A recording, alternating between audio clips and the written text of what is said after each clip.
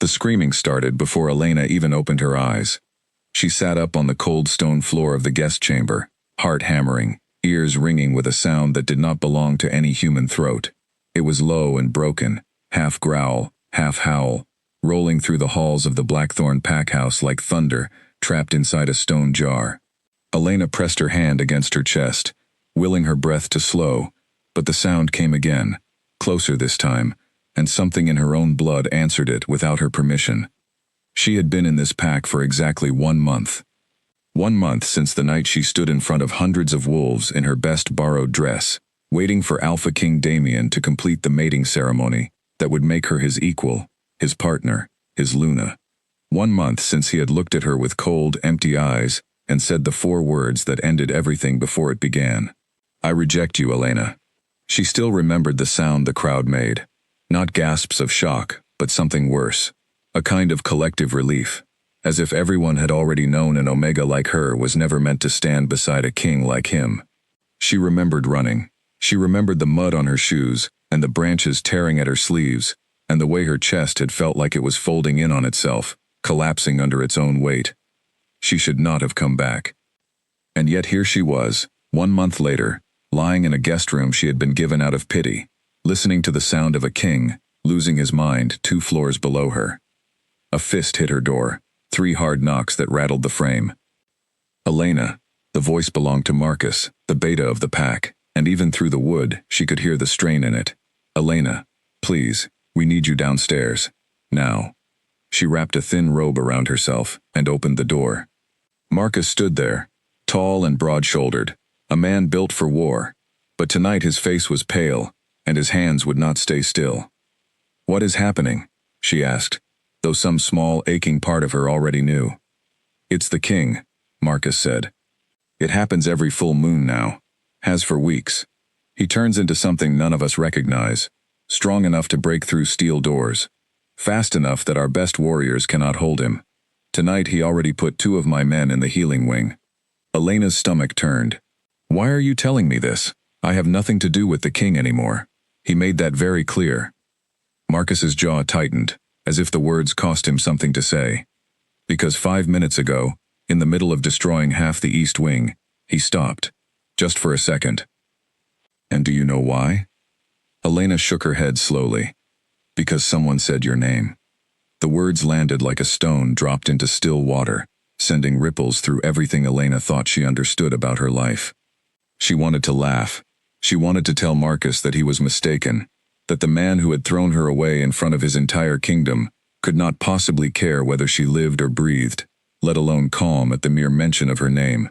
But there was something in Marcus's eyes, something too desperate and too honest to be a lie. "I don't understand," she whispered. "Neither do we," Marcus admitted. "But right now, understanding is a luxury we cannot afford. People are getting hurt, Elena.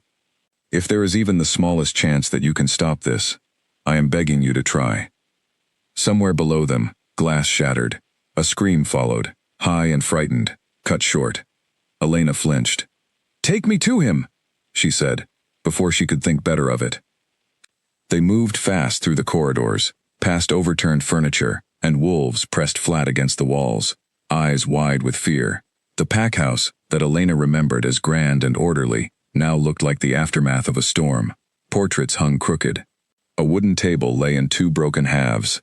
The scent of fear hung thick in the air, sharp and metallic, and beneath it, something else, something wild and burning, like static before lightning strikes. They reached the great hall, and Elena stopped in the doorway, breath catching.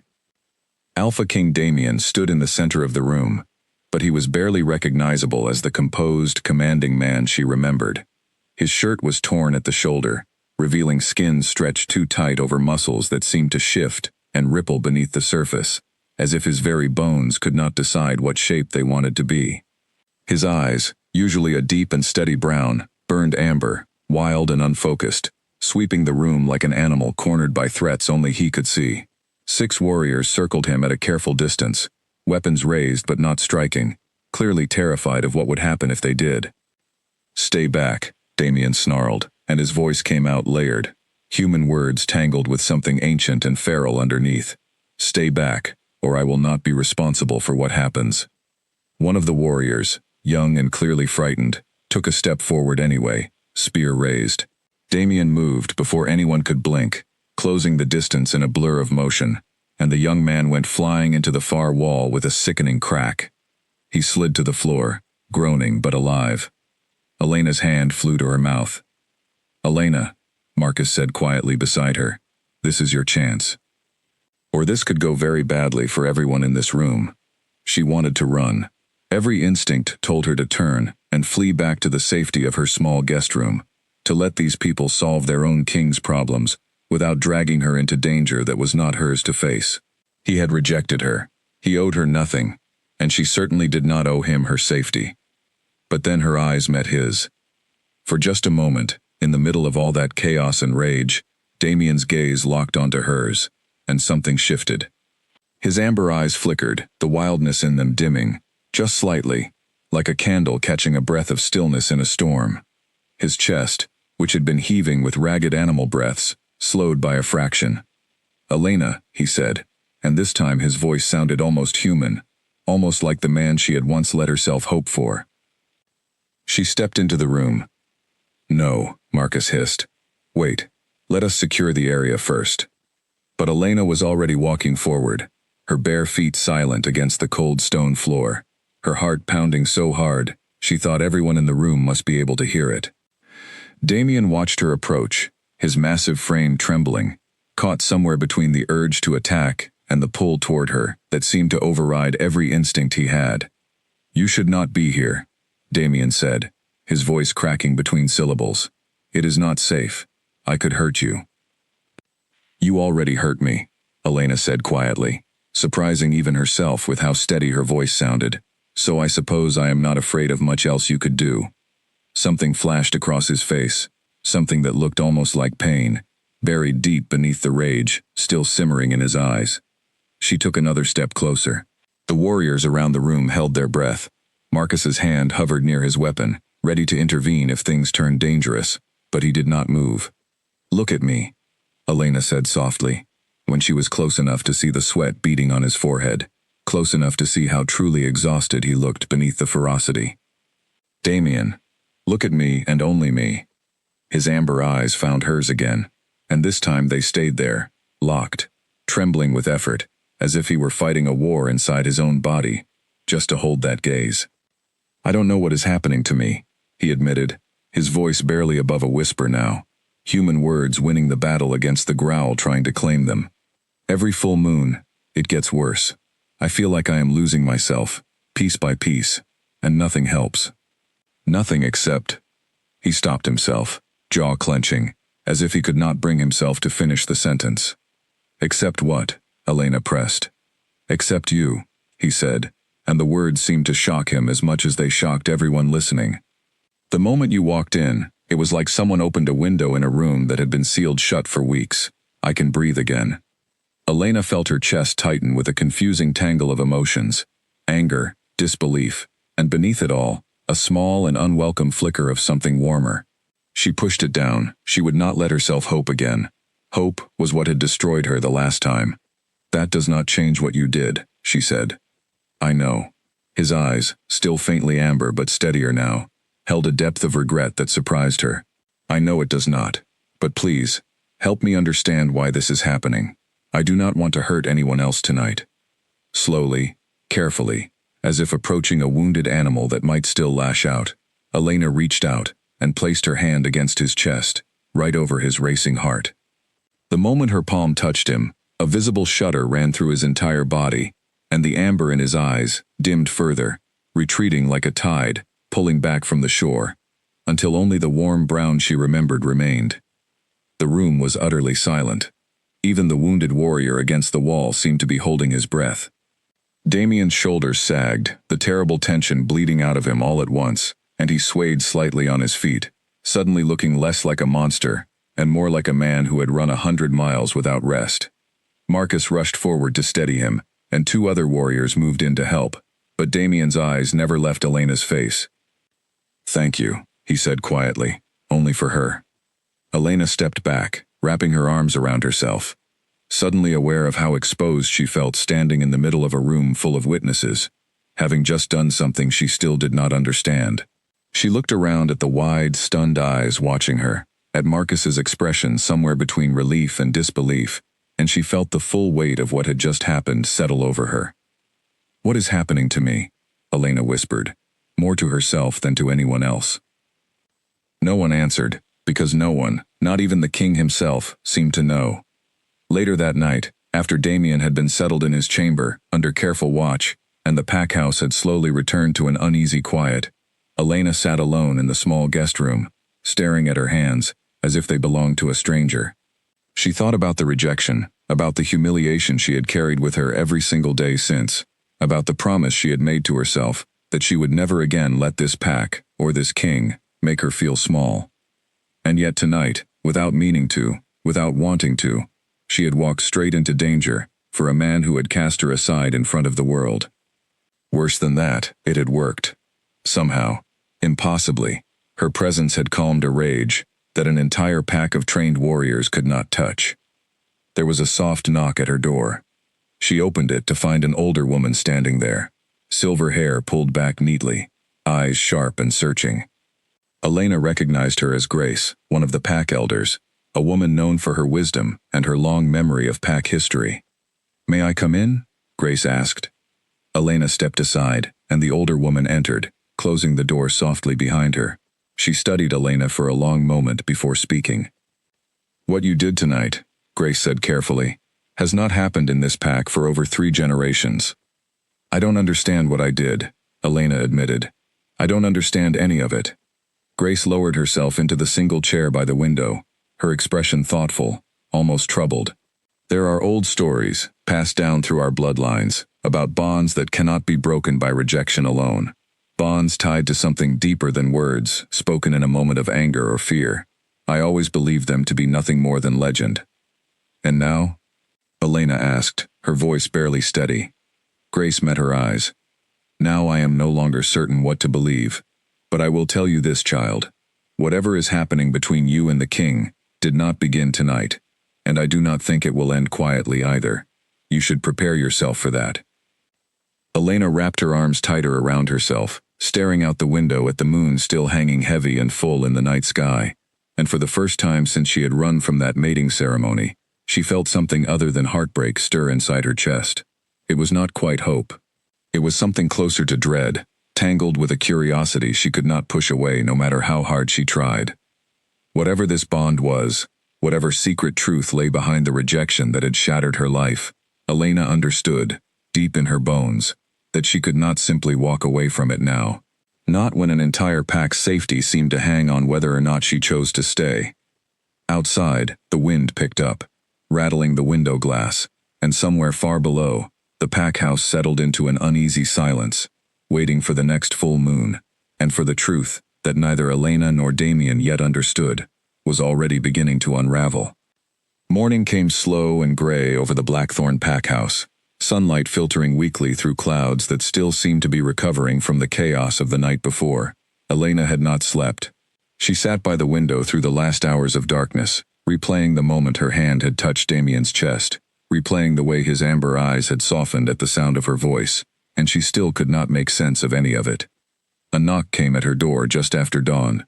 It was Marcus again, though this time, he looked less frantic and more exhausted, dark circles carved beneath his eyes from a sleepless night of his own.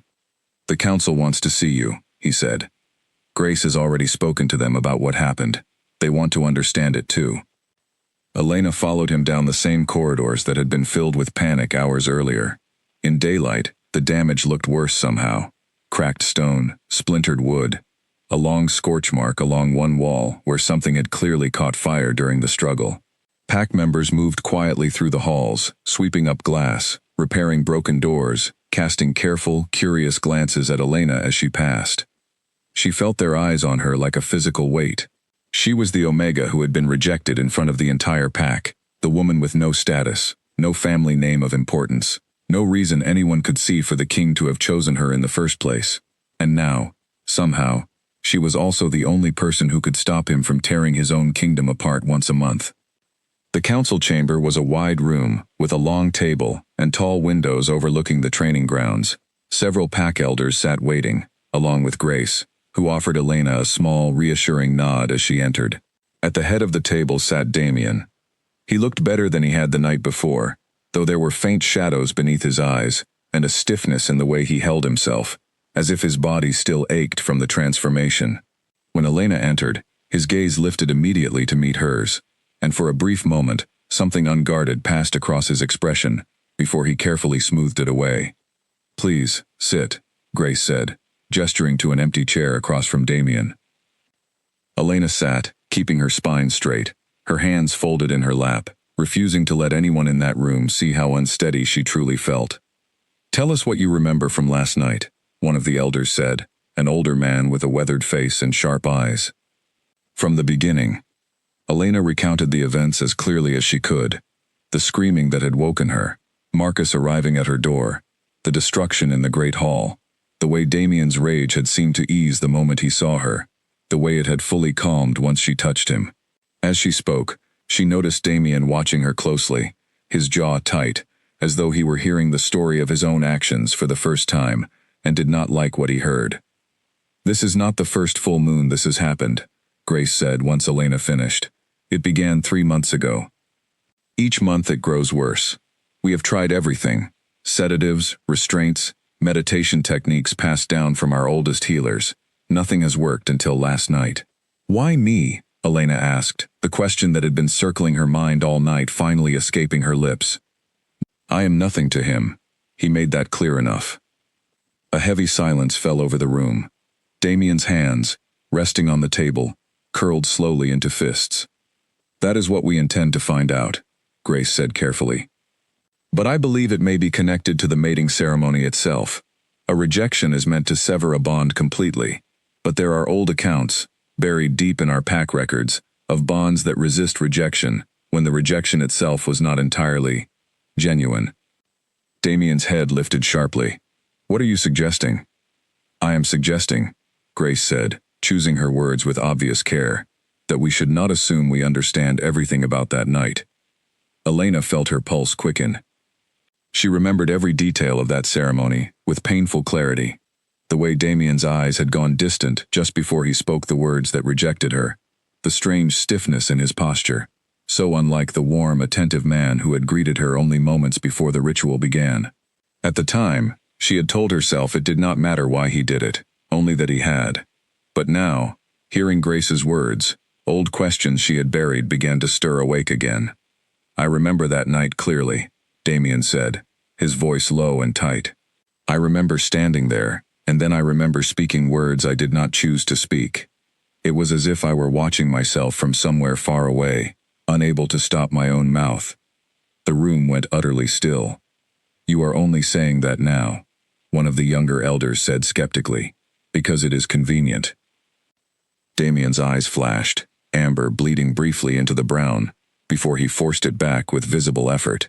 "I am saying it because it is true, and I have carried the confusion of it for a month, without understanding why. I assumed I had simply lost control of myself in front of everyone I was meant to lead.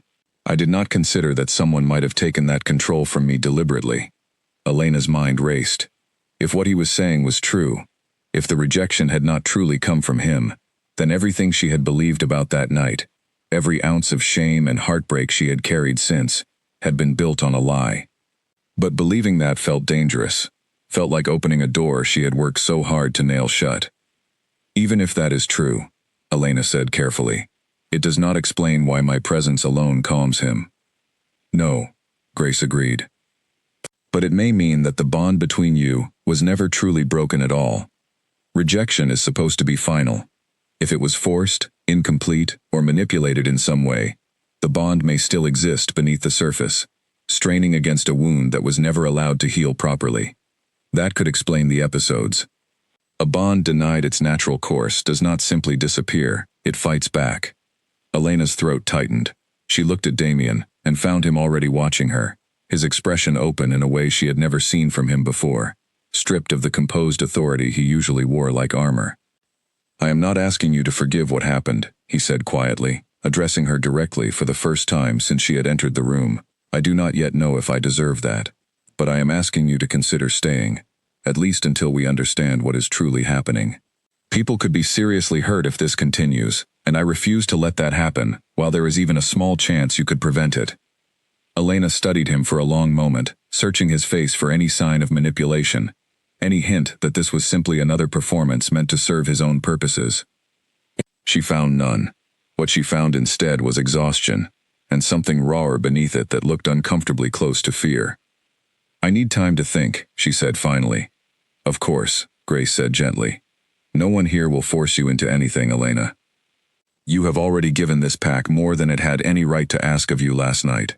The meeting ended shortly after, the elders filing out with quiet murmurs among themselves, leaving Elena alone in the corridor outside the council chamber, her thoughts a tangled storm she could not begin to untangle. She had come back to this pack expecting nothing, prepared to face nothing but painful memories and the ache of an old wound. She had not expected to be handed a mystery that threatened to rewrite everything she believed about her own rejection.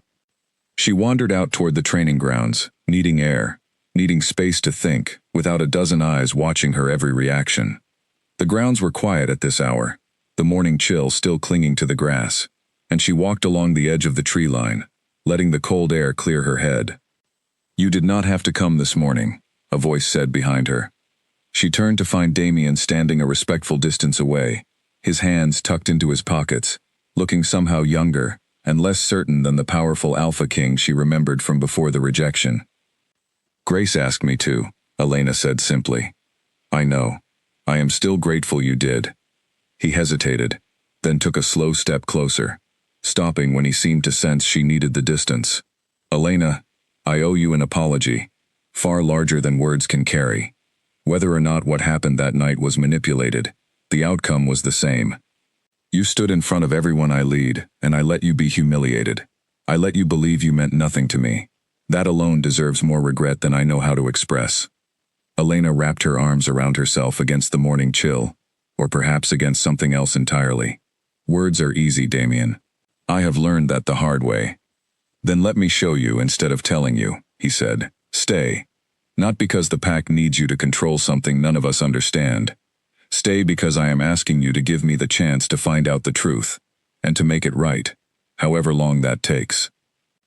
She studied him carefully, searching for the calculated king, who had once looked at her like she was an obligation rather than a choice. She did not find him. What she found instead unsettled her far more, because it looked painfully, achingly sincere. "I will stay," she said finally, "but not for you. I will stay because innocent people were hurt last night, and I could not live with myself if I walked away knowing I might have been able to stop it from happening again." Something flickered across his face, disappointment perhaps, quickly hidden away. "That is more than fair," he said. "Thank you, Elena."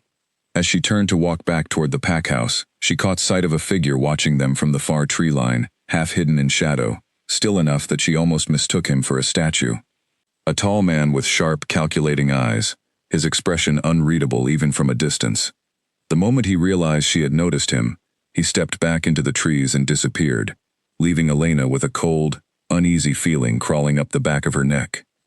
She said nothing to Damien about it, not yet certain what she had seen, but the unease stayed with her long after she returned to her room, curling in her stomach like a warning she did not yet know how to read.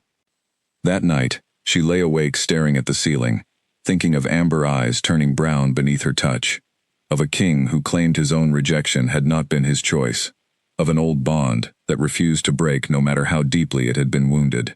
Somewhere out there, she suspected, was a truth far darker than anyone in that council chamber had dared to say aloud, and something told her that the man watching from the trees knew far more about it than he ever intended to reveal. Days passed, and Elena settled into an uneasy rhythm within the Blackthorn packhouse.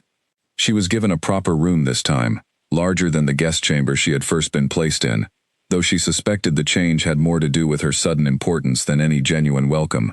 Pack members still watched her with curious, uncertain eyes whenever she walked the halls, unsure whether to treat her as an outsider, a savior, or something in between. Grace had become her closest companion in those early days, the older woman taking it upon herself to guide Elena through the tangled history of the pack, searching for anything that might explain the strange bond that refused to break. They spent long hours together in the pack archive, a narrow room lined floor to ceiling, with old leather-bound records, some so ancient the ink had faded to little more than ghostly outlines on brittle paper. Bonds like these are rare, Grace explained one afternoon, carefully turning the pages of a record older than either of them could properly estimate. Most rejections, even painful ones, sever cleanly. The two wolves involved may carry emotional scars, but the physical and instinctual connection ends. What you and Damien share appears to be something else entirely. What makes it different? Elena asked, leaning over the desk to study a passage written in old, looping handwriting. According to this account, Grace said, tapping the page, a bond can resist rejection under very specific circumstances. If the rejection is spoken under duress, coercion, or manipulation, the bond does not recognize it as valid. Even if the words themselves were spoken aloud, it remains, buried beneath the surface, causing exactly the kind of instability we have seen in Damien. Elena frowned, tracing her finger along the edge of the old page. So if someone forced Damien to say those words, whether through threats or manipulation, the bond between us never actually broke. That is my theory, Grace admitted, though theories are not proof, and we have precious little of that so far. Elena sat back, chewing on her lip as she considered the implications. If it was true, if someone had truly manipulated Damien into rejecting her, then someone in this very pack house had deliberately orchestrated her public humiliation, had deliberately set into motion an illness that had already injured multiple pack members. That was not simply cruel, that was calculated, patient, and dangerous. Who would benefit from that? Elena asked quietly. From forcing Damien to reject me, and from destabilizing him afterward. Grace's expression grew troubled. That is the question I have been asking myself as well, and I do not like where my mind keeps wandering. Before Elena could press further, a sharp knock interrupted them, and the archive door opened to reveal a face Elena had not seen since the morning she had noticed a figure watching her and Damien from the tree line. The man who entered was tall, with sharp cheekbones and calculating eyes that swept over the room, with the practiced ease of someone who noticed everything and revealed nothing. Grace, he said smoothly, his gaze sliding briefly to Elena, before settling back on the older woman. I did not realize you had company. Victor, Grace said, her tone carefully neutral, though Elena caught the faint stiffening in her posture. This is Elena. Elena, this is Victor, cousin to the king, and a respected member of our council. Victor offered Elena a polite smile that did not quite reach his eyes. Ah yes, the Omega who has caused quite the stir among us. It is good to finally meet you properly. Something about the way he said the word Omega, light and careless, sent a small chill down Elena's spine, though she kept her expression carefully composed. It is good to meet you as well, she said. I only came to borrow the Eastern Boundary records, Victor said, moving toward one of the shelves with practiced familiarity. Please, do not let me interrupt your research. He retrieved a thick, dust-covered volume and made his way back toward the door, though he paused just before leaving, his gaze lingering on Elena a beat longer than felt comfortable. I do hope whatever ails our king finds a swift resolution, he said. It would be a terrible thing for our pack to suffer instability during such uncertain times. The moment the door closed behind him, Elena let out a breath she had not realized she was holding. That is the man I saw watching Damien and me from the tree line the other morning. Grace's expression sharpened with concern. Are you certain? Completely, Elena said. He disappeared the moment he realized I noticed him. Grace was quiet for a long moment, her fingers drumming softly against the edge of the desk. Victor has always been ambitious, she said finally, choosing her words with obvious care. He is next in line for leadership should anything happen to Damien, given that Damien has no siblings and their fathers were brothers. I have never had proof of any wrongdoing on his part, but I confess I have never fully trusted him either. The implications settled over Elena like a heavy weight. If Victor stood to gain the most from Damien's instability, from a leadership crisis brought on by episodes the pack could not control, then he had every motive in the world to have orchestrated the false rejection in the first place. It was a chilling thought, one that made the pack house feel suddenly far less safe than it had a moment ago. We need proof, Elena said. Suspicion alone will not be enough to convince anyone, especially not the council. Agreed, Grace said, which means we must be very careful about how we search for it. If Victor is indeed responsible, he will not hesitate to protect himself, and I fear what that protection might look like. Over the following days, Elena found herself watching Victor with new, careful attention whenever their paths crossed in the pack house. He was always polite, always composed, always saying exactly the right things in council meetings and social gatherings. But Elena noticed the small things too, the way his eyes lingered a fraction too long on Damien during moments of visible strain, the faint, satisfied curve of his mouth whenever conversation turned to the king's ongoing episodes, quickly smoothed away before anyone else seemed to notice. She mentioned none of this to Damien directly, not yet, uncertain how he would react to accusations against his own cousin without solid proof to back them. Instead, she focused her energy on helping Grace search through old records, looking for any mention of forced rejections, of manipulation techniques capable of overriding a wolf's own will during a ceremony as significant as a mating bond. It was during one of these long research sessions, nearly a week after her conversation with Grace in the archive, that Elena found something that made her blood run cold. Tucked between the pages of an old account detailing pack rituals was a loose, folded piece of paper, clearly more recent than the ancient records surrounding it. The handwriting was cramped and hurried, unlike the careful script found elsewhere in the archive. Elena unfolded it carefully, her eyes scanning the contents, and felt her stomach drop. It was a partial recipe, written in a code she did not fully understand, but certain words stood out clearly enough to send a jolt of fear through her chest. Suppression herb, nightbloom root, silence the will. Beneath the recipe, a single line had been added, in different ink, as if scrawled in haste, for the ceremony, before the vows. Grace, Elena said, her voice trembling slightly as she held out the paper. I think I found something. Grace took the paper, her eyes scanning the contents with growing alarm. This is old herb lore, she said slowly. Nightbloom root, when combined correctly with certain suppressants, can temporarily override a wolf's free will, particularly during moments of heightened emotional vulnerability, such as a mating ceremony. It is forbidden knowledge, banned generations ago for exactly this reason. You think someone used this on Damien, Elena said, though it was less a question and more a confirmation of what she already feared. I think, Grace said carefully, folding the paper and tucking it safely into her sleeve, that we may have just found the first real piece of evidence that your rejection was never truly Damien's choice at all. Elena's mind raced, pulling together the fragments of everything she had learned over the past week. If someone had drugged Damien before the ceremony, forcing him to speak words he never intended, then the bond between them truly had never broken, exactly as the old record suggested. The rejection had been a lie from the very beginning, orchestrated by someone within the pack itself, someone with enough access and enough knowledge to carry out something so precise and so cruel. We need to show this to Damien, Elena said. Not yet, Grace cautioned. Not until we know more about who might have had access to this archive, and who might have had reason to use such knowledge against him. If Victor truly is involved, showing our hand too early could put both of us in danger, and could give him time to cover his tracks entirely. Elena hated the idea of waiting, of sitting on information that could clear away so much of the pain and confusion of the past month, but she understood the wisdom in Grace's caution. If they moved too quickly, without solid proof, they risked losing whatever advantage this discovery might give them.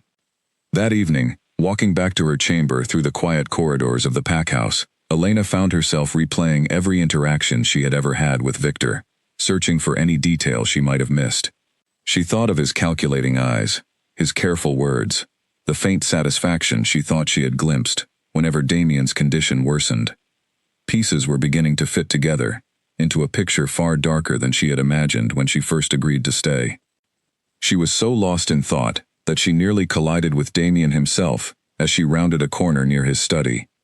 Elena, he said, steadying her gently with a hand on her arm before quickly releasing her, as if suddenly aware of how close they stood. I did not expect to see you this late. I was in the archive with Grace, Elena said, choosing her words carefully. Research. Something in her tone must have betrayed more than she intended, because Damien's expression sharpened with concern. Did you find something?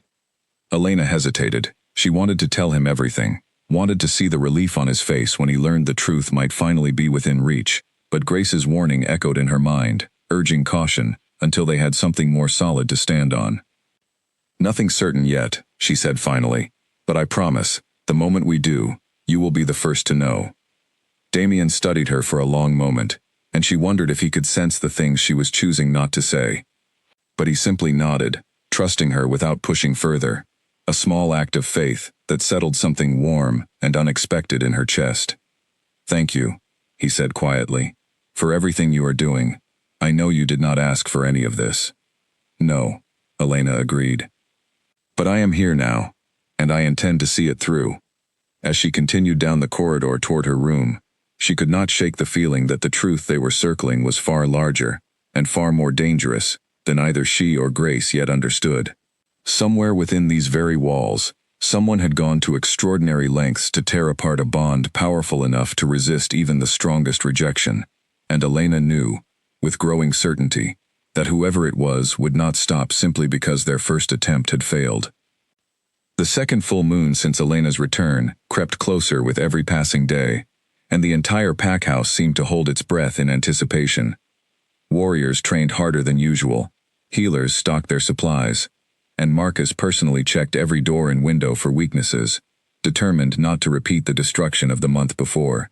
Elena felt the tension too, though hers carried a different weight, a nervous uncertainty about whether whatever had happened between her and Damien that first terrible night could truly be repeated on purpose, or whether it had simply been a stroke of impossible luck. She spent the days leading up to the full moon close to Damien, not by any formal arrangement, but through a series of small, natural moments that gradually became routine. She joined him for morning meals, when their schedules aligned. She found herself lingering in the study while he reviewed pack matters, offering quiet company rather than conversation. Neither of them spoke openly about what these moments meant, both too cautious, too aware of the fragile, complicated history between them, to name it out loud. "You do not have to stay," Damien told her one evening, as she sat curled in the chair across from his desk, a book open in her lap that she had long since stopped reading. "I do not want you to feel obligated because of the bond, or because of what happened last month."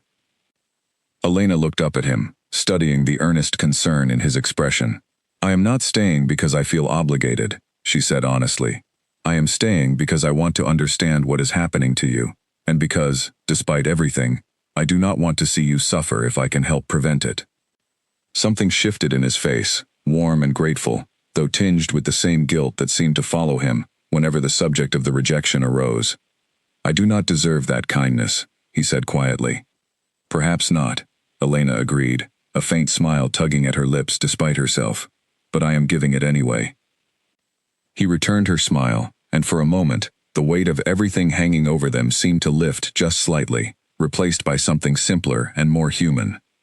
It was in moments like these that Elena found herself forgetting, however briefly, the humiliation of that ceremony, the uncertainty of the bond, the looming shadow of Victor's possible betrayal. In these small, quiet moments, Damien felt less like a king burdened by responsibility, and more like a man she was slowly, cautiously, beginning to know. The full moon rose on a clear, cold night, its light spilling silver across the training grounds, where the pack had gathered in careful preparation. Warriors stood at measured distances, ready to intervene if necessary, though everyone understood by now that physical restraint alone had never been enough to stop Damien during his episodes. Grace stood near the edge of the grounds, watching with sharp, careful eyes. Marcus paced nearby, his hand never far from the hilt of his weapon. Elena stood closest to Damien, her heart pounding steadily in her chest, as the moon climbed higher, its pale light washing over the grounds like a held breath. "How do you feel?" she asked quietly. "Strange," Damien admitted, his voice tight with the effort of controlling something that clearly wanted to break free beneath his skin. "Like something is clawing at the inside of my ribs, trying to get out. It has felt this way every month, but tonight, with you here, it feels different, quieter, somehow, even before it truly begins." As the moon reached its peak, Elena watched the change begin, the same way it had the month before. Damien's shoulders tensed, his breathing turned ragged, and a low guttural sound built in his throat that did not belong to any human voice. His eyes flickered amber, then held there, burning bright and wild in the moonlight. The warriors around them tensed, weapons rising slightly, but Elena stepped forward before anyone could act, closing the distance between herself and Damien without hesitation. "I am here," she said, keeping her voice steady and calm, exactly as she had the month before. "You are not losing yourself. I am right here."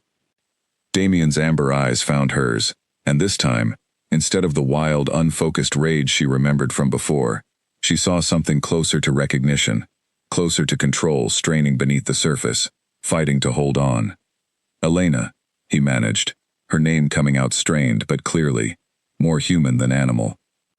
She reached out and placed her hand against his chest, exactly as she had before, and felt the frantic pounding of his heart beneath her palm, racing faster than any human heart should. Slowly, gradually, she felt it begin to steady, the wild rhythm easing into something calmer, something more controlled. "That's it," she murmured. "Breathe with me." Slow, steady breaths. To the astonishment of everyone watching, Damien's amber eyes dimmed far more quickly than they had the previous month, the transformation halting before it could fully take hold, his shoulders relaxing, as the tension bled slowly from his powerful frame. He remained standing, breathing hard but controlled, his eyes returning to their familiar brown far sooner than anyone had dared to hope. A collective, disbelieving murmur rippled through the gathered pack members. Marcus lowered his weapon entirely, relief washing visibly over his face. Grace watched with an expression of quiet, thoughtful satisfaction, as though a theory she had long suspected was finally proving itself true before her eyes. "You did it," Damien said, staring down at Elena with something close to wonder. "Faster than before. I barely lost myself at all this time." "We did it," Elena corrected gently. He reached up, hesitating only a moment, before gently covering her hand, still resting against his chest with his own. "I do not know how to thank you for this, for any of this." "You do not have to thank me," Elena said, though her voice wavered slightly at the warmth of his touch, at the closeness that had grown so naturally between them despite everything that stood in its way. "Just promise me you will help me find the truth about what happened, no matter where it leads." "I promise," Damien said, his eyes steady and sincere. "Whatever it takes." Later that night, once the pack house had settled into a far calmer rhythm than the month before, Elena found herself walking the quiet halls, unable to sleep despite the exhaustion pulling at her limbs. She passed by Victor's study, its door slightly ajar, and paused when she heard low, urgent voices from within. She should have kept walking. She knew that even as she slowed her steps, positioning herself just out of sight near the doorway, straining to catch fragments of the conversation drifting out into the corridor. "Faster than expected," Victor's voice said, tight with something that sounded uncomfortably close to frustration. "The suppression should have lasted far longer. If she continues calming him this efficiently, our timeline will need to change." A second voice responded, too quiet for Elena to make out clearly, though she caught the tension in it, the shared urgency of two people discussing something they did not want overheard. "Then we accelerate the plan," Victor said. "We cannot allow the Omega to undo everything we have worked toward, not when we are this close." Elena's blood ran cold. She pressed herself further into the shadows, heart pounding so loudly she feared it might give her away, straining to hear more, but the voices dropped too low to make out further details. A moment later, footsteps approached the door from inside, and Elena barely managed to slip around the corner and out of sight, before Victor emerged, glancing sharply up and down the empty corridor, before striding away in the opposite direction. Elena remained frozen against the cold stone wall for several long moments, her mind racing through everything she had just heard. Victor was not simply suspicious, he was actively involved, actively planning something, and whatever it was, her success in calming Damien tonight had only made him more determined to move forward faster. She needed to find Grace. She needed to tell Damien everything, regardless of the caution they had exercised so far. Whatever plan Victor was accelerating, it was clear now that time was no longer a luxury any of them could afford to waste. As she hurried back through the darkened corridors toward her chamber, Elena could not shake the chilling certainty that had settled over her.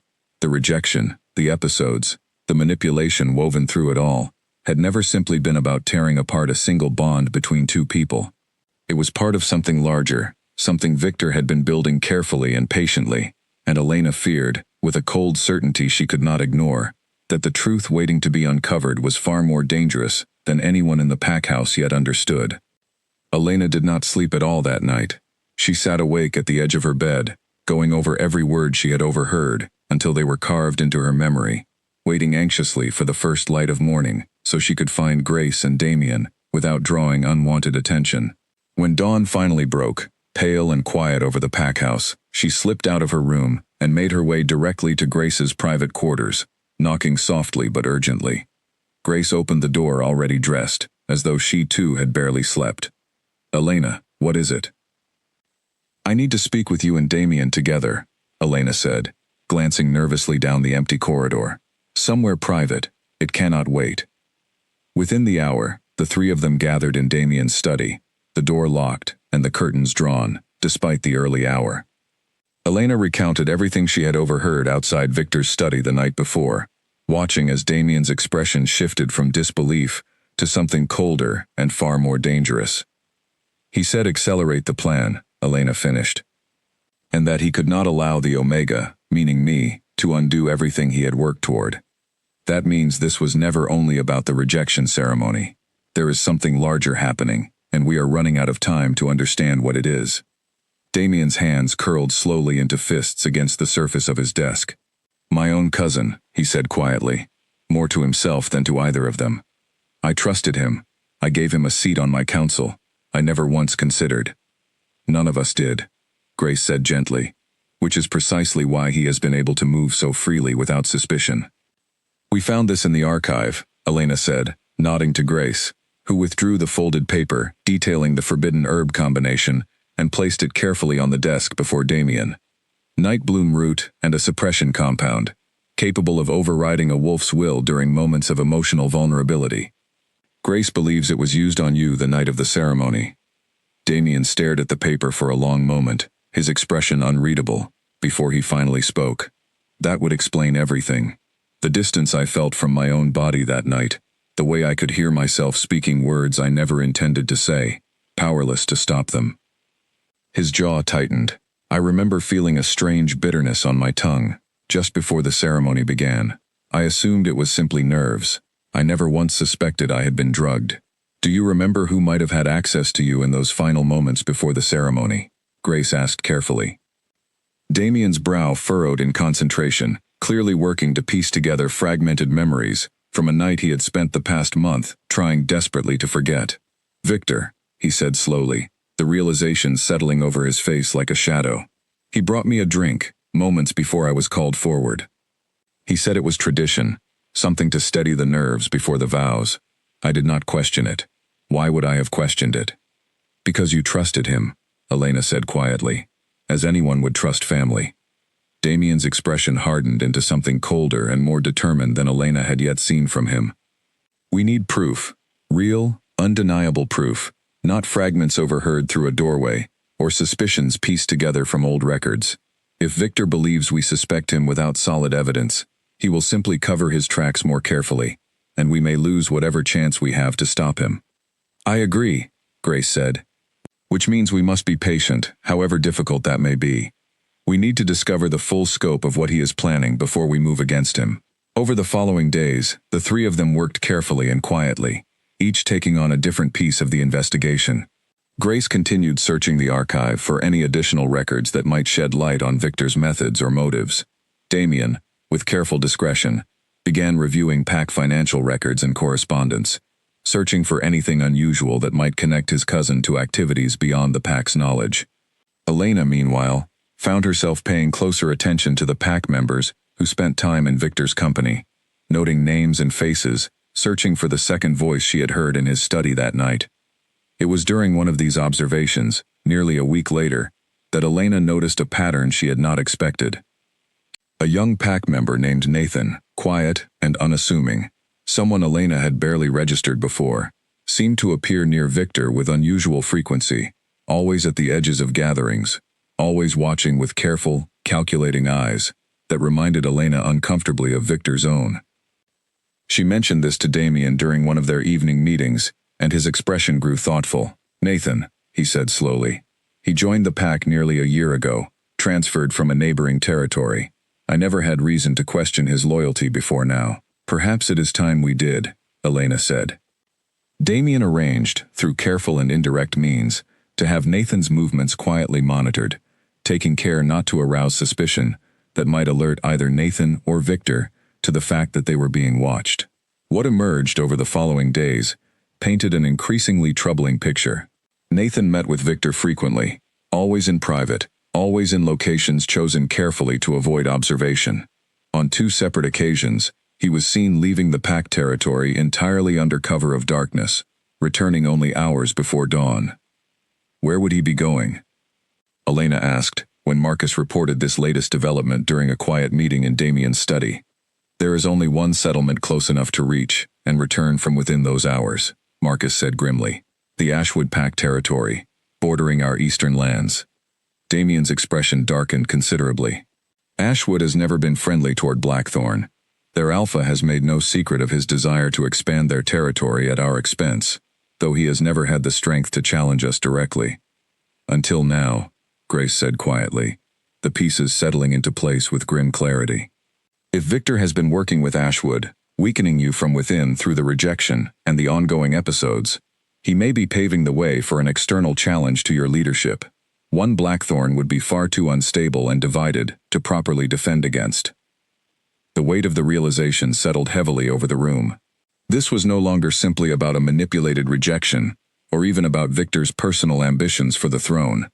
If Ashwood was involved, then an entire external pack stood ready to exploit whatever chaos Victor managed to create, potentially threatening the safety and sovereignty of everyone within Blackthorn's borders. We need to move faster, Damien said, his voice tight with barely controlled urgency. If Victor is coordinating with Ashwood, every full moon that passes without resolution brings us closer to whatever timeline they have planned. Agreed, Grace said. But we still lack the proof needed to act decisively. Accusing Victor without undeniable evidence risks dividing the pack at the exact moment we can least afford division.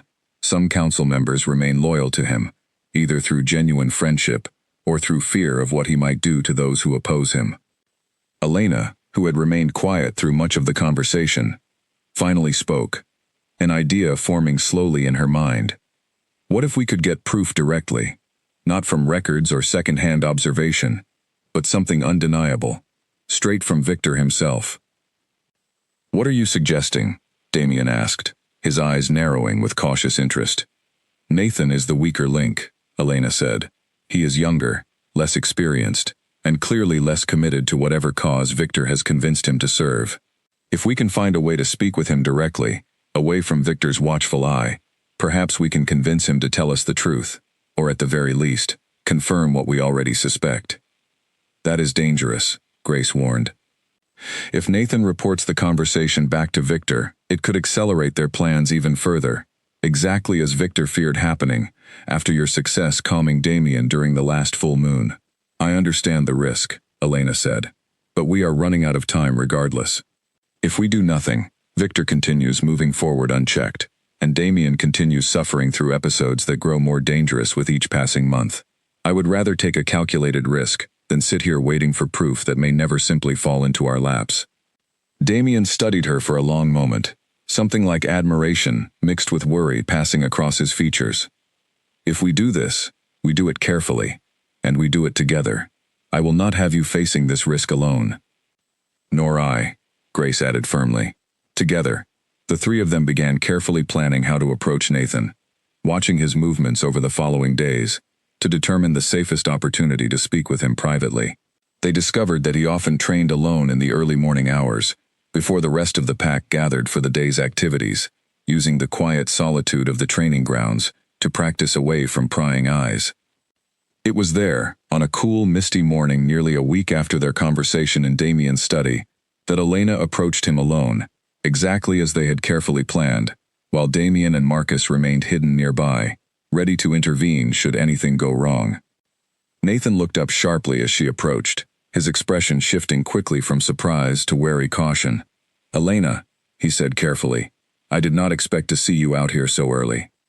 I could not sleep, Elena said, keeping her tone light and unassuming, as she settled onto a nearby bench, watching him continue his training exercises.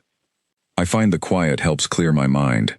They exchanged careful, meaningless conversation for several minutes, Elena slowly working to put him at ease, watching for the right moment to steer their discussion toward more meaningful territory. Finally, when his guard seemed sufficiently lowered, she spoke again, her voice softer and more careful. "Nathan, I need to ask you something, and I need you to be honest with me. I promise, whatever you tell me stays between us, and I will do everything in my power to protect you if you help me understand the truth."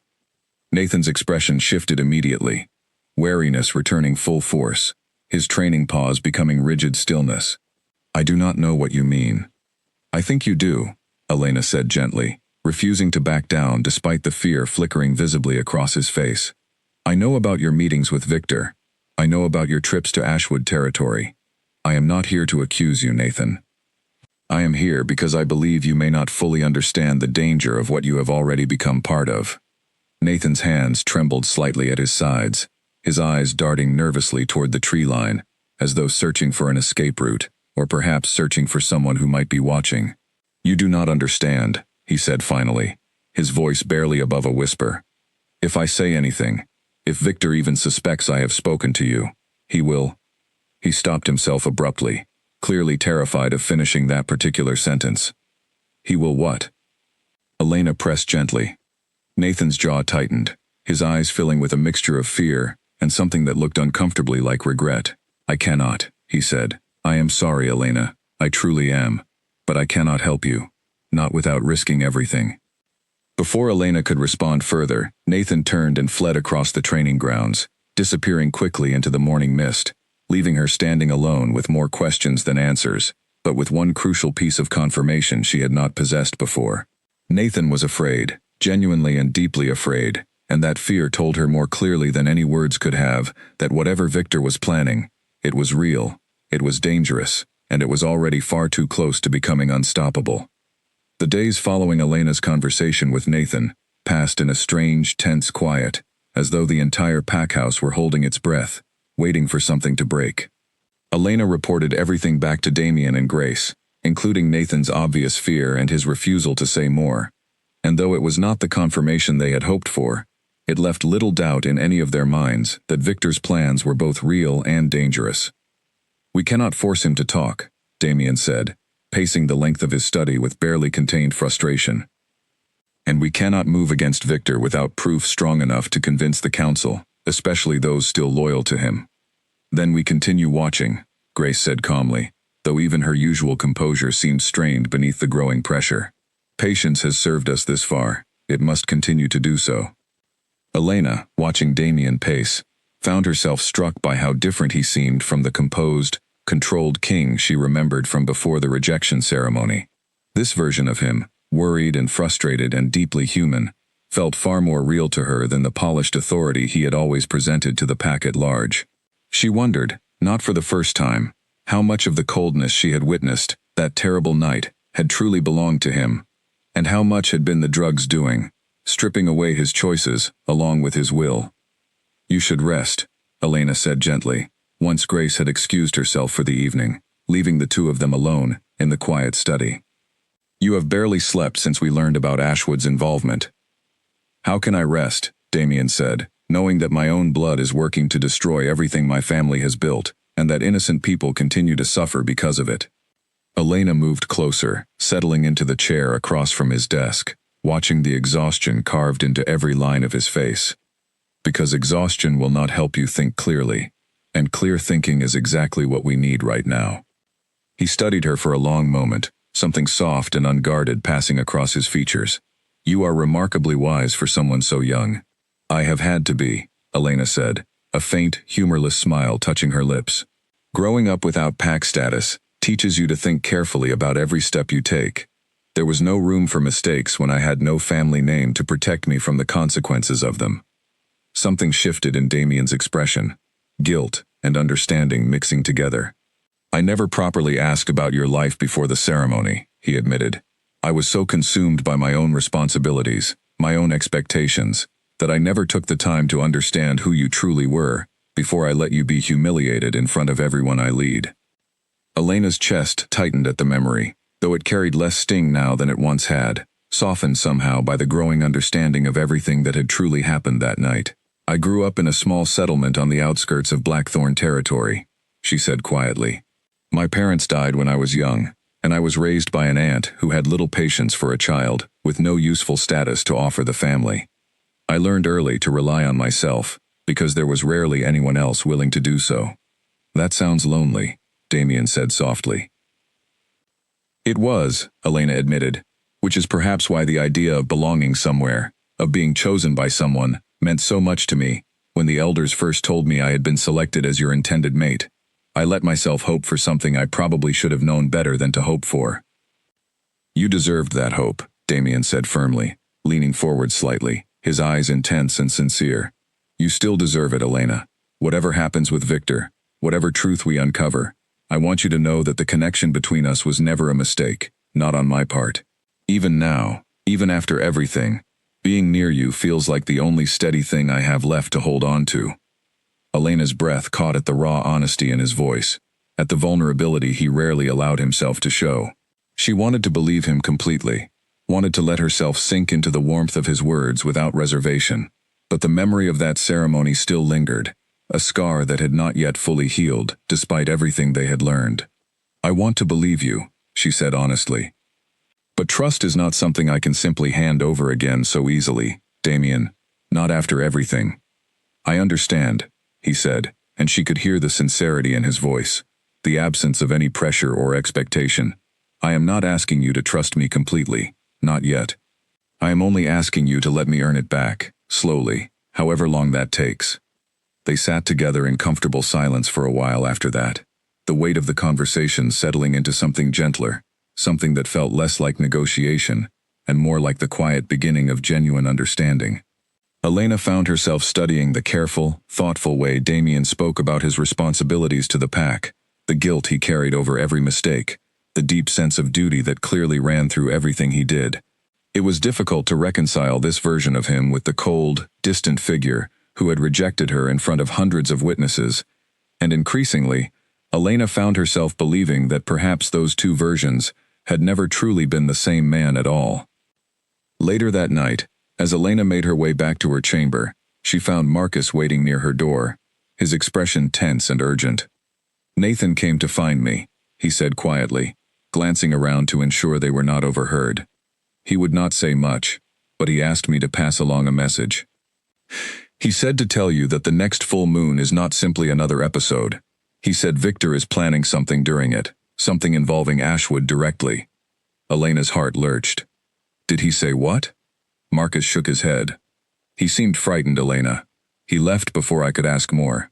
But I believe he is trying to help, even if he is too afraid to do so openly. Elena immediately relayed the message to Damien and Grace, and the three of them spent the following hours in urgent discussion, trying to piece together what Victor might be planning to coincide with the next full moon. If Ashwood intended to make some kind of move during the chaos of Damien's episode, the timing suggested they believed the pack would be at its most vulnerable, its warriors distracted and divided, its king potentially incapacitated entirely, if Elena were somehow prevented from calming him in time. We need to increase our defenses along the eastern border, Marcus said grimly. If Ashwood is planning an incursion, we cannot afford to be caught unprepared. Quietly, Grace cautioned. If Victor realizes we are onto his plans, he may accelerate his timeline even further. Or worse, find some way to ensure Elena cannot reach Damien during the critical moment. The thought sent a cold chill through Elena's chest. If Victor understood that her presence was the only thing capable of calming Damien's episodes, it stood to reason he would try to separate them, or eliminate her involvement entirely, before the next full moon arrived. She thought of Nathan's frightened warning, of Victor's calculating eyes, and felt a growing certainty that the coming weeks would determine far more than simply Damien's ongoing struggle. They would determine the safety of the entire pack. Whatever happens, Damien said, his voice firm with quiet determination as their meeting drew to a close, we face it together. I will not allow Victor to use my own weakness as a weapon against the people I am sworn to protect, and I will not allow him to hurt you either, Elena. Not while I still draw breath. Elena met his gaze, finding in it a steady resolve that reminded her, more than anything else had, of the king she had once believed she might come to love before everything fell apart. Perhaps, she thought, that person had never truly disappeared at all. Perhaps he had simply been waiting, buried beneath manipulation and stolen will, for the chance to finally reclaim himself. Whatever the coming days held, Elena understood, with quiet certainty, that she would face them standing beside him, however uncertain the ground beneath them still felt. 3 days after Marcus delivered Nathan's warning, Elena found a small, folded note tucked beneath her door when she woke. No signature attached, though she recognized the same cramped handwriting she had seen once before in Victor's study. The message was short, only a handful of words, but they sent her heart racing the moment she read them. Meet me at the old mill, past the eastern fields, 1 hour before sunset. Come alone. Trust no one else with this. She brought the note immediately to Damien and Grace, and the three of them debated fiercely over whether it could be trusted at all. It could easily be a trap, a way for Victor to lure Elena away from the safety of the pack house in order to eliminate her involvement before the coming full moon. But it could also be Nathan, finally working up the courage to tell them everything he knew, and Elena felt an instinctive certainty that the note had come from him, not from Victor. I do not like this, Damien said, his jaw tight with barely restrained worry. It could be exactly what we fear. I know the risk, Elena said, but if this is truly Nathan reaching out, and we ignore it, we may lose our best chance at getting the proof we desperately need. In the end, they agreed on a careful compromise. Elena would go to the meeting, but Damien and Marcus would follow at a careful distance, close enough to intervene if anything went wrong, far enough to remain unseen if the meeting truly was with Nathan alone. The old mill stood abandoned at the edge of Blackthorn territory, its wooden structure weathered by decades of wind and rain, half swallowed by overgrown grass and creeping vines. Elena arrived just as the sun began its slow descent toward the horizon, casting long, orange shadows across the fields. She waited nervously near the entrance, glancing repeatedly toward the tree line, where she knew Damien and Marcus remained hidden, watching. Footsteps approached from behind the mill, and Elena turned to find Nathan emerging cautiously from the shadows, his expression a tangled mix of fear and desperate relief. You came, he said softly. Of course I came, Elena replied. Nathan, whatever is happening, whatever you are afraid of, I promise you, Damien and I will protect you, but we need the truth. Nathan glanced around nervously, as though still expecting Victor to appear from the shadows at any moment, before finally speaking, his voice low and trembling. Victor approached me nearly a year ago, shortly after I transferred from my old pack. He offered me protection, resources, a place among his inner circle, in exchange for my loyalty and my silence about certain activities. What kind of activities? Elena pressed gently. He has been in contact with Ashwood's Alpha for months, Nathan said. Long before the rejection ceremony even took place. Ashwood wants Blackthorn's eastern territory, land rich with resources their own pack desperately needs. Victor promised he could deliver Blackthorn into a state of chaos, strong enough to make conquest possible, in exchange for a share of power once Ashwood's forces took control. Elena's stomach twisted with dread. The rejection ceremony, that was the beginning of his plan. Nathan nodded miserably. He obtained the suppression compound weeks in advance, testing it carefully to ensure it would work exactly as intended. He needed Damien weak, unstable, and unable to lead effectively, without any council member suspecting foul play. A forced rejection, humiliating enough to destabilize pack morale, followed by episodes severe enough to make Damien appear unfit to rule. It was meant to divide the pack from within, weakening our defenses long before Ashwood ever needed to make a direct move. And the timing of the next full moon, Elena said slowly, piecing together the final, chilling detail. That is when Ashwood plans to attack. Victor believes the pack will be at its most vulnerable, Nathan confirmed. Warriors distracted managing Damien's episode, defenses weakened by weeks of internal chaos. He has been coordinating troop movements with Ashwood's forces for the past several weeks, timing everything to coincide with the full moon's peak. How many warriors does Ashwood plan to send?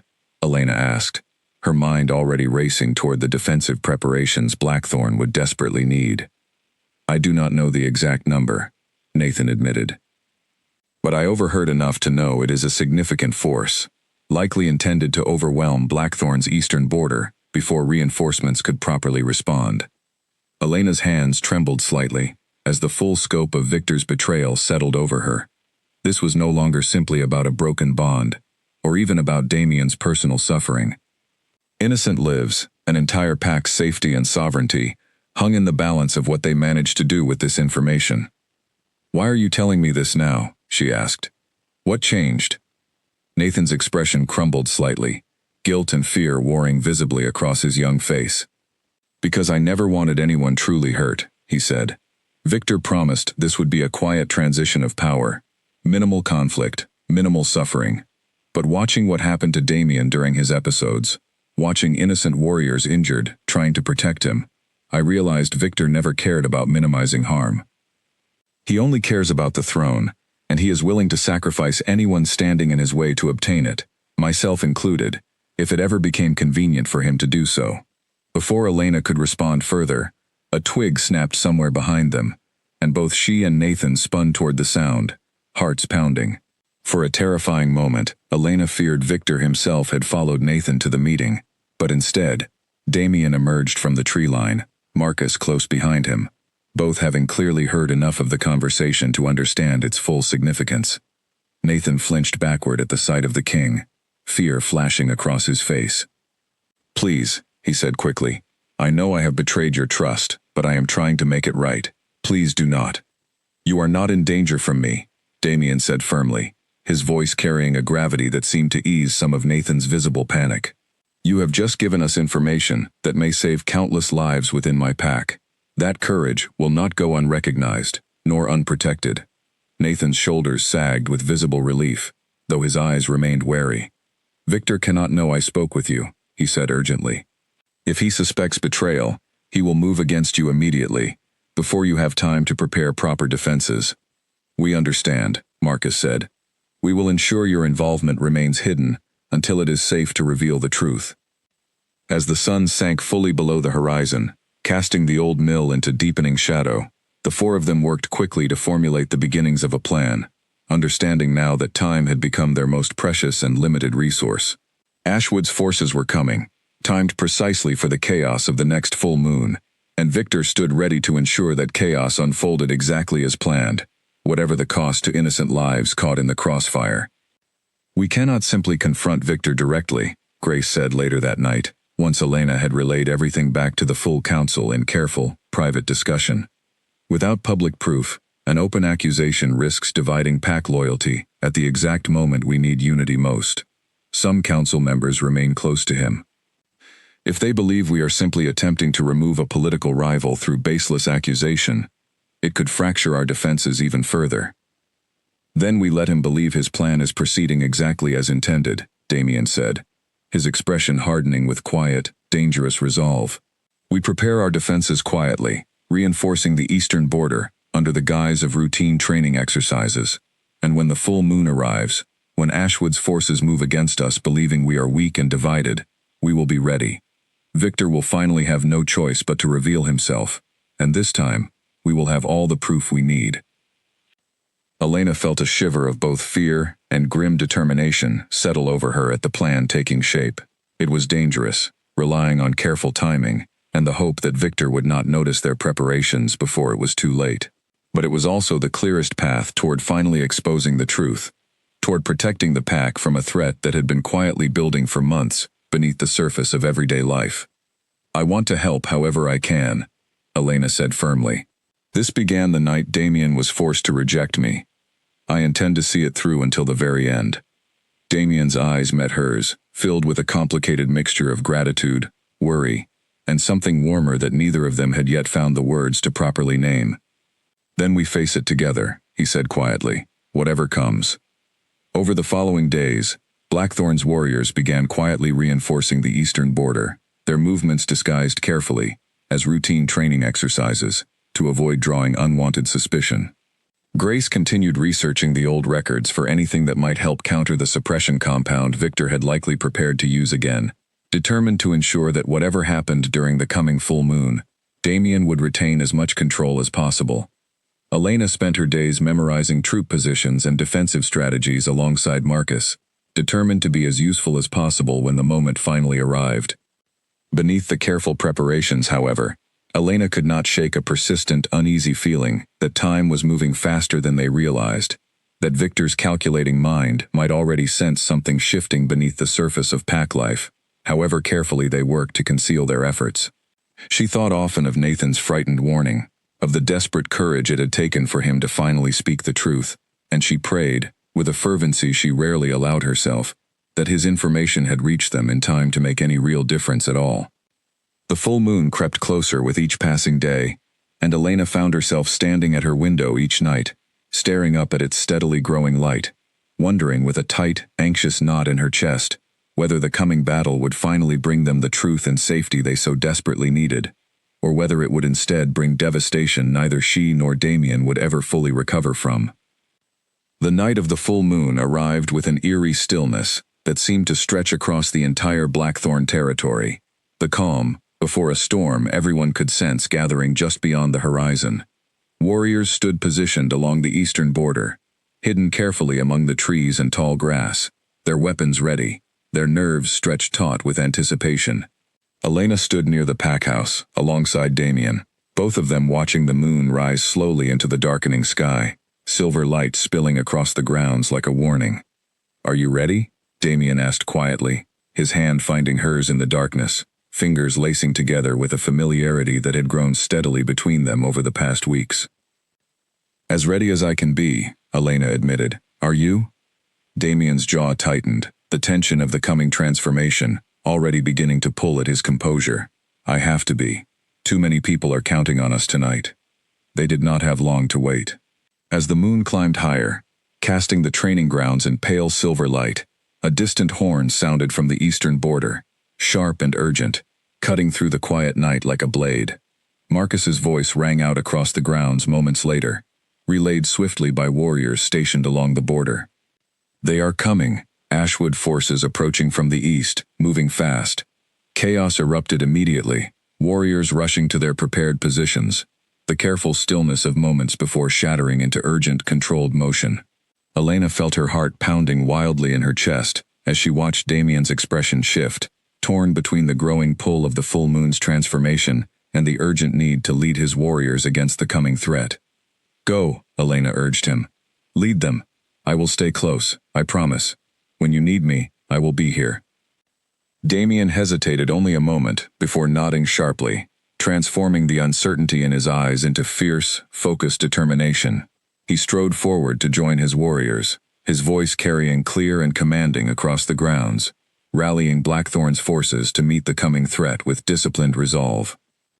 Elena followed at a careful distance, staying close enough to reach Damien quickly if his episode began before the battle concluded, while Grace and several healers remained nearby, ready to tend to any injuries the coming conflict might bring. The sound of clashing forces reached them soon after, distant at first, then growing steadily closer, as Ashwood's warriors pushed harder against Blackthorn's carefully prepared defenses. Amid the chaos, Elena caught sight of a familiar figure moving briskly toward the pack house, away from the fighting rather than toward it. Victor, his expression tight, with barely concealed panic, clearly working to distance himself from the battle he had orchestrated, likely intending to seize whatever advantage he could, once both sides had sufficiently weakened each other. "Grace," Elena said urgently, catching the older woman's attention. "Victor is heading toward the pack house. We need to stop him before he disappears entirely." Grace nodded sharply, and together they moved to intercept him, cutting across the grounds as quickly as they dared. Victor spotted them approaching and froze, his composed mask slipping for just a moment to reveal something colder and more calculating underneath. "Elena," he said, his voice carefully controlled despite the tension visible in his posture. "This is hardly the safest place for you to be right now." "Save the pretense, Victor," Elena said firmly, standing her ground despite the fear coiling tightly in her chest. "We know everything, the suppression compound used during the rejection ceremony, your arrangement with Ashwood. Nathan told us everything." Victor's expression darkened considerably, any remaining pretense of civility draining away entirely. "That foolish boy," he muttered, before straightening with cold, dangerous resolve. "It does not matter what you believe you know. By the time this battle concludes, Damien will be too unstable to lead, and the council will have little choice but to turn to someone capable of restoring order." You would sacrifice your own pack for power, Grace said, disgust evident in her voice. I would secure Blackthorn's future, Victor countered sharply. Damien is weak, easily manipulated, unfit to lead through the challenges our pack will face in the coming years. I am simply accelerating an inevitable transition. Before either Elena or Grace could respond further, a group of Ashwood warriors broke through the tree line unexpectedly close to the pack house, having clearly slipped past Blackthorn's defensive line during the chaos of battle. They moved swiftly toward the healers, and wounded gathered near the pack house entrance, clearly intent on causing further disruption. Get everyone inside! Grace shouted urgently to the healers, who scrambled quickly to move the wounded toward safety. Elena, without fully considering the danger, moved to help usher a young, injured warrior toward the safety of the pack house doors, placing herself directly in the path of an approaching Ashwood fighter. The warrior raised his weapon toward her, and Elena barely managed to pull the injured young man out of the way in time, but the movement left her exposed, and a sharp, glancing blow caught her along the side, sending pain lancing through her body as she stumbled and fell hard against the cold ground. A furious, inhuman roar tore through the night air, loud enough to momentarily halt the entire battle. Elena, struggling to push herself upright despite the sharp pain radiating through her side, looked up to see Damien moving faster than she had ever witnessed, closing the distance between the battlefield and the pack house entrance in mere seconds. His transformation, held carefully in check throughout the earlier fighting, broke fully loose the moment he saw Elena fall, amber eyes blazing with a fury that had nothing to do with the pull of the full moon, and everything to do with raw, protective terror.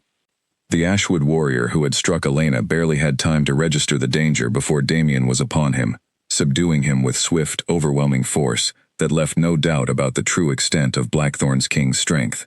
Around them, Blackthorn's warriors, emboldened by their king's sudden, fierce intervention, pushed back hard against the remaining Ashwood forces, driving them steadily back toward the eastern border. Damien turned immediately toward Elena, dropping to his knees beside her, his amber eyes still wild but focused entirely on her, checking urgently for the extent of her injuries. Elena, he said, his voice rough with fear and barely restrained fury. Elena, look at me. I am all right, Elena managed, though the pain in her side told a slightly different story. It is not as bad as it looks. Grace arrived moments later, kneeling quickly beside them to examine the wound, her experienced hands moving efficiently, despite the chaos still unfolding nearby. It is a deep graze, not a fatal wound, she confirmed, relief evident in her voice. She will need proper care, but she will recover. Damien's shoulders sagged with visible relief, though the fury in his eyes remained, burning hot and dangerous, as he turned his attention back toward the retreating Ashwood forces. Victor, he growled, remembering suddenly the confrontation that had been interrupted. But Victor was gone, having used the chaos of the skirmish to slip away entirely, leaving behind only the confirmation of his betrayal and the wreckage of a battle he had helped orchestrate. Elena, even through the pain radiating from her side, felt a cold certainty settle over her. Victor's plan had failed tonight, but a man that calculating and that desperate would not simply disappear quietly. Whatever came next, she suspected, would be far from over. As Blackthorn's warriors finished driving back the last of Ashwood's retreating forces, and healers moved quickly to tend to the wounded scattered across the grounds, Damien gathered Elena carefully into his arms, refusing to let her walk despite her protests that she was capable of managing on her own. You do not have to carry me, she insisted, wincing slightly as pain flared along her side. I am not asking permission, Damien said firmly, though his voice remained gentle, his amber eyes finally beginning to fade back toward their familiar warm brown now that the immediate danger had passed. You risked your life, protecting one of my warriors tonight, Elena. Let me at least carry you to safety in return. Elena, too exhausted and too grateful to be truly annoyed, allowed herself to relax against him as he carried her carefully toward the healing wing, the battle finally quieting around them, replaced by the exhausted, grim aftermath of a night that had revealed far more than any of them had anticipated. Victor's betrayal was no longer simply a suspicion whispered carefully between trusted allies. It had been proven, undeniably, in the middle of an actual attack against the pack he had sworn loyalty to protect. Whatever came next, Elena understood. The truth could no longer be hidden, and Victor's carefully built plans had finally, irrevocably, begun to unravel. Elena spent the following days recovering in the healing wing, her wound tended carefully by Grace and the pack healers, the pain fading steadily, even as the memory of that chaotic night lingered vividly in her mind. Damien visited her often, sometimes staying for hours at a time, his presence a quiet, steady comfort, as the pack worked to recover from the aftermath of Ashwood's failed attack. News of Victor's betrayal spread quickly through Blackthorn, once the full details became known. Nathan, finally free of the fear that had silenced him for so long, came forward publicly to confirm everything he had shared privately, providing crucial testimony before the full council regarding Victor's arrangement with Ashwood and the suppression compound used during the rejection ceremony. Combined with the physical evidence Grace had uncovered in the archive and the undeniable proof of Victor's flight during the actual attack, the council found itself with more than enough evidence to act decisively. He fled toward the western border, Marcus reported, during a council meeting held shortly after Elena's wound had healed enough for her to attend. Our trackers lost his trail near the mountain passes. It seems likely he intended to seek refuge with allies beyond our territory, understanding that Blackthorn would show him little mercy once the truth became known. Then we continue searching, Damien said firmly, seated at the head of the council table, his expression carrying the weight of leadership restored fully to his own hands. Victor will not simply be allowed to disappear after everything he has done. Even in his absence, Grace added, the council should formally address his betrayal. The pack deserves clarity and closure regarding everything that has happened these past months. The council agreed unanimously, and within days, a formal gathering was called, bringing together the entire Blackthorn pack to hear the full truth laid bare at last. Elena stood beside Damien as he addressed his people, his voice steady and clear despite the difficulty of the words he had to speak. Months ago, Damien began, his gaze sweeping across the gathered crowd, I stood before all of you and rejected a woman who deserved far better than the humiliation I caused her. I have since learned that those words were never truly my own, spoken instead under the influence of a forbidden compound administered by my own cousin, Victor, in an effort to destabilize this pack and pave the way for its conquest by Ashwood forces. A wave of shocked murmurs rippled through the crowd, disbelief and anger mixing visibly across countless faces. Damien continued, his voice growing firmer with each word. Victor's betrayal nearly cost us everything. It cost Elena her dignity, her safety, and very nearly her life, when she stood bravely against forces determined to weaken this pack from within. It is because of her courage, and because of the honesty of Nathan, who found the strength to expose the truth despite his own fear, that we stand here today, whole and united, rather than divided and conquered. Elena felt the weight of hundreds of eyes turning toward her, no longer filled with the curious suspicion she had grown accustomed to over the past months, but instead, carrying something closer to gratitude and respect. It was a strange, overwhelming feeling, standing before the very people who had once witnessed her deepest humiliation, now recognized instead for the role she had played in protecting them all. Effective immediately, Damien continued, Victor is formally stripped of all pack status and titles. Should he ever return to Blackthorn territory, he will be treated as an enemy of this pack, subject to whatever consequences the council deems appropriate for his betrayal. The crowd's murmurs shifted into something closer to solemn agreement, the formal declaration settling the matter with the weight and finality it deserved. Grace stepped forward next, addressing the gathered pack with the calm authority she had carried throughout the entire ordeal. There is one more matter requiring the pack's attention, she said, her eyes moving briefly to Elena before returning to the crowd. The bond between Damien and Elena was never truly broken, despite the rejection spoken that terrible night.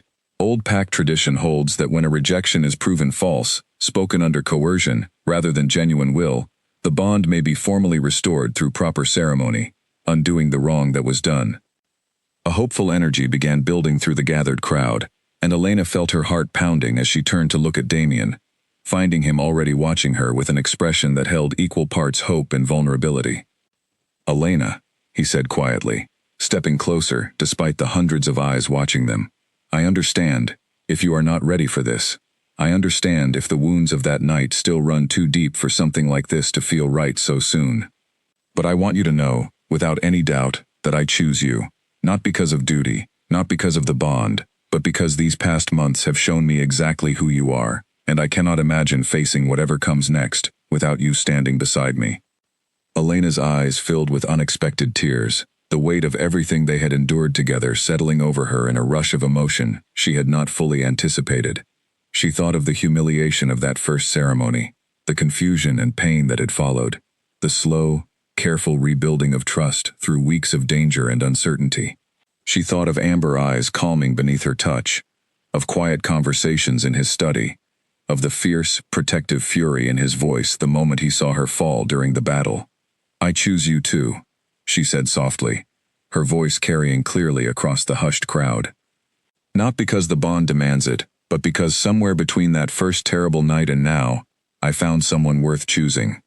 The crowd erupted into warm, relieved applause, and Grace stepped forward once more, to guide them through the ceremony meant to formally restore what had been so cruelly stolen months before.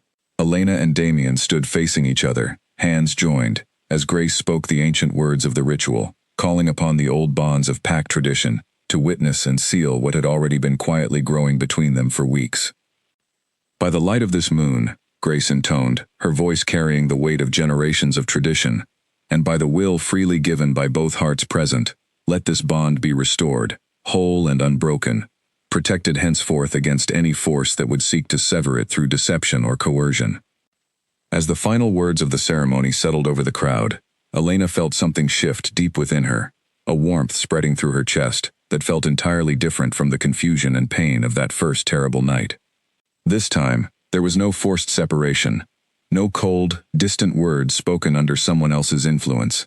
There was only Damien's steady gaze, warm and certain, and the quiet, powerful understanding that whatever came next, they would face it together, freely and completely chosen by each other. Damien leaned forward, resting his forehead gently against hers, and Elena closed her eyes, letting herself finally, fully believe in the possibility of happiness she had once thought lost to her forever. "Thank you," he whispered, "only for her, for staying, for fighting, for choosing me, even after everything. Thank you, for finally letting me see who you truly are," Elena whispered back. The crowd's celebration continued long into the evening, warmth and relief replacing the tension and fear that had gripped the pack house for months. Elena found herself surrounded by pack members eager to offer their congratulations, their earlier wariness replaced entirely by genuine warmth and acceptance. Even Nathan approached, his expression carrying a mixture of relief and gratitude that Elena suspected would take considerable time to fully settle into something resembling peace. "Thank you," he said quietly, "for giving me the chance to make things right, even after everything I helped set into motion." "You found your courage when it mattered most," Elena said gently. "That matters more than any mistake that came before it." As the celebration continued around them, Elena caught Damien watching her from across the room, his expression carrying a warmth and certainty that no longer felt uncertain or fragile. Whatever challenges still lay ahead, whatever consequences Victor's betrayal might yet bring, Elena understood, with quiet, steady confidence, that she no longer faced them as an outsider, clinging to the edges of a pack that had never truly wanted her. She faced them as Damien's chosen mate, standing firmly at the center of a pack that had finally, fully embraced her as one of their own. Weeks passed following the ceremony that restored the bond between Elena and Damien, weeks filled with the steady work of rebuilding trust throughout the pack and strengthening defenses along the eastern border against any further threat from Ashwood. Word eventually reached Blackthorn that Victor had indeed sought refuge within Ashwood territory, though the neighboring pack's Alpha, wary of drawing further conflict after the failed attack, had offered him little more than grudging, distant shelter, rather than the position of influence Victor had clearly hoped to secure through his betrayal. "He gambled everything and lost," Marcus said one afternoon, reporting the latest news to Damien and the assembled council. "Ashwood wants nothing more to do with open conflict against us, not after the losses they suffered during the attack. Victor remains alive, but he has no power left to wield against us, no allies willing to help him reclaim what he lost." "Then we watch the border carefully," Damien said, "but we no longer need to live in fear of what he might attempt next. Blackthorn is stronger now than it has been in years, precisely because of everything we endured together." Elena, seated beside him during the council meeting, found herself reflecting on how much had changed since that terrible first night, when she had woken to the sound of Damien's uncontrolled rage echoing through the pack house. She thought of the fear and confusion that had gripped her then, the desperate uncertainty about whether she had any place at all within these walls. Now, months later, she found herself an accepted, respected member of the very pack that had once cast her aside so publicly. As the next full moon approached, Elena found herself watching Damien carefully throughout the day, searching for any sign of the tension and strain that had once accompanied the moon's rise. To her quiet relief, she found little. Whatever curse the false rejection had placed upon him, whatever instability had haunted him for months, seemed to have finally, fully released its grip now that the bond between them had been properly restored. That evening, as the moon climbed high and full into the clear night sky, Elena stood beside Damien on the same training grounds where she had once calmed his uncontrolled rage in front of dozens of frightened witnesses. This time, there was no gathering of nervous warriors, no healers standing ready with anxious expressions, no desperate need for her touch to hold back a transformation threatening to spiral out of control. Damien stood calmly beside her, his expression peaceful, his breathing steady, and even, as the moonlight washed silver across the grounds. "Do you feel any different?" Elena asked softly. "Completely different," Damien admitted, a genuine smile spreading across his face, unburdened by the exhaustion and fear that had marked so many of their previous conversations. "For the first time in months, I feel like myself, whole, steady. I do not feel that clawing, desperate pull beneath my skin anymore."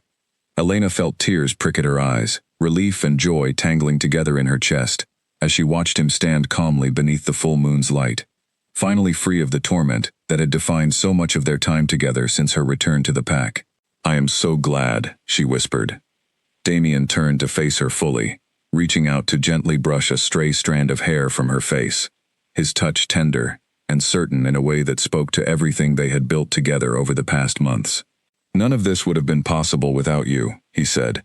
"Your courage, that first terrible night, your patience through everything that followed, your willingness to trust me again, despite every reason you had not to.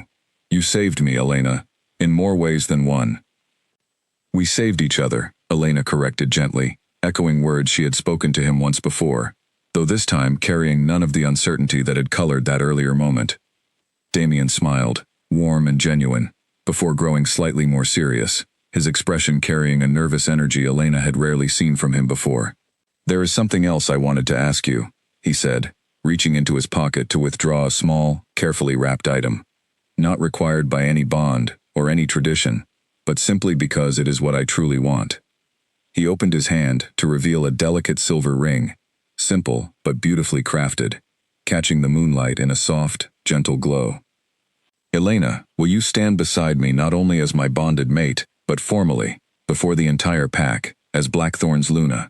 Not because tradition demands it, but because I cannot imagine leading these people, building whatever future lies ahead, without you standing beside me every step of the way." Elena's breath caught, joy and disbelief mixing together as she stared down at the ring, then up into Damien's hopeful, earnest expression. She thought of the frightened, humiliated woman who had fled into the woods months before, certain her life among wolves had ended in the cruelest way possible. She thought of everything that had happened since, the danger and uncertainty, the slow, careful rebuilding of trust, the fierce loyalty and love that had grown steadily between them despite every obstacle placed in their path. "Yes," she said, her voice thick with emotion. "Yes, I will stand beside you, Damien, as your mate, and as Blackthorn's Luna." Damien's face broke into a wide, unguarded smile as he slipped the ring gently onto her finger, before pulling her carefully into his arms, holding her close beneath the full moon's steady, peaceful light.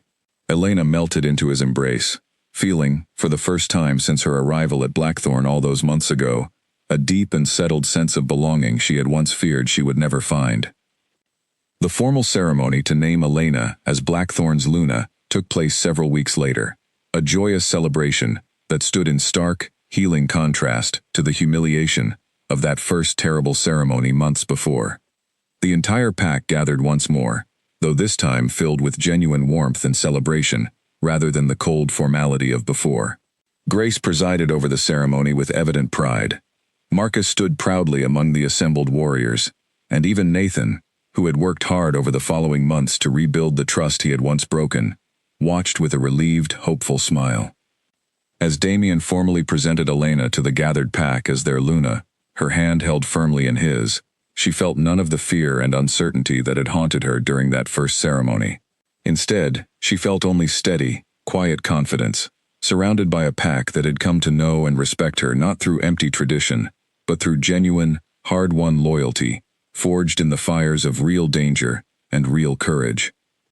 "To our Luna," Damien announced, his voice carrying clearly and proudly across the gathered crowd, chosen not simply by bond, but by choice, by courage, and by a love that proves stronger than any manipulation or deception thrown against it. The crowd's cheer rose loud and joyful into the evening air, and Elena felt tears of happiness slip down her cheeks as she looked out over the pack that had finally, fully welcomed her as one of their own. She thought of the long road that had brought her to this moment, the pain and uncertainty, the danger and doubt, and found that she would not trade a single moment of that difficult journey, knowing it had led her here, to this life, to this pack, to this man standing steadily beside her. Later that night, as the celebration finally quieted and the pack house settled into peaceful rest, Elena stood with Damien on the balcony overlooking the training grounds, the same grounds where so much of their story had unfolded, watching the moon hang calm and full in the clear night sky.